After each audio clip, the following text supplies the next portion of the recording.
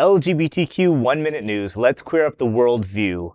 Pride amid the sirens as thousands march for equality in Kyiv. An estimated 5,000 participants took to the streets for the largest Kyiv Pride march since Russia invaded in 2022.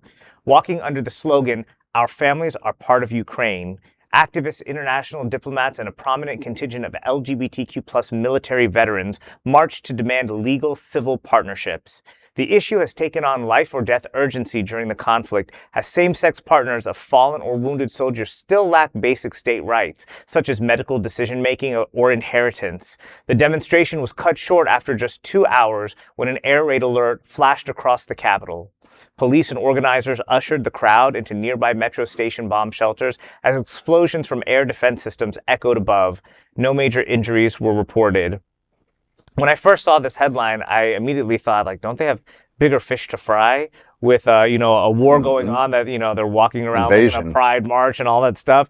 But then the other part of it is that their partners are dying, leaving them in really dire situations, and I mean, I remember the American stories that were happening here before gay marriage was legal, or even the domestic partnerships, and how people would be living together for 40, 50 years. And then when one of them dies and the house was in their ownership, the name of the other person, they're left with nothing, for the still happens today, years. baby, just so you know. Yeah, I'm sure. And so it really is like just one of those things that you just don't think about unless you're in the other country and understanding like what it's like to live in some other place, Right? Yeah. So it's really important, And crazy because, we were just bitching about how it rained on our parade, right? There was literally flying rockets over these people's heads and they still wanted to continue to march for their equality. Like, it's inspiring. Wow. They're fighting for their right to glimmer, right? Yeah. And so, one of my good friends is from Ukraine, Vladimir, and he was telling me recently that he left because of safety reasons. He feared for his life. And it wasn't from the war, it was from the political system, the government. And he said the nation is very anti-LGBTQ, there's a lot of discrimination. It's very hostile. There's a lot of these investigations that take place to out you and to find you.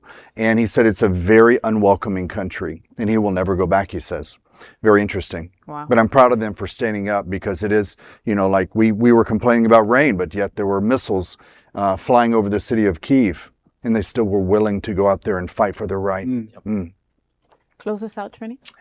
That is LGBTQ 1-minute news story. There's no other queer nonprofit media platform like this in the entire world. Support our LGBTQ stories by sharing them and subscribing to Queer News Tonight.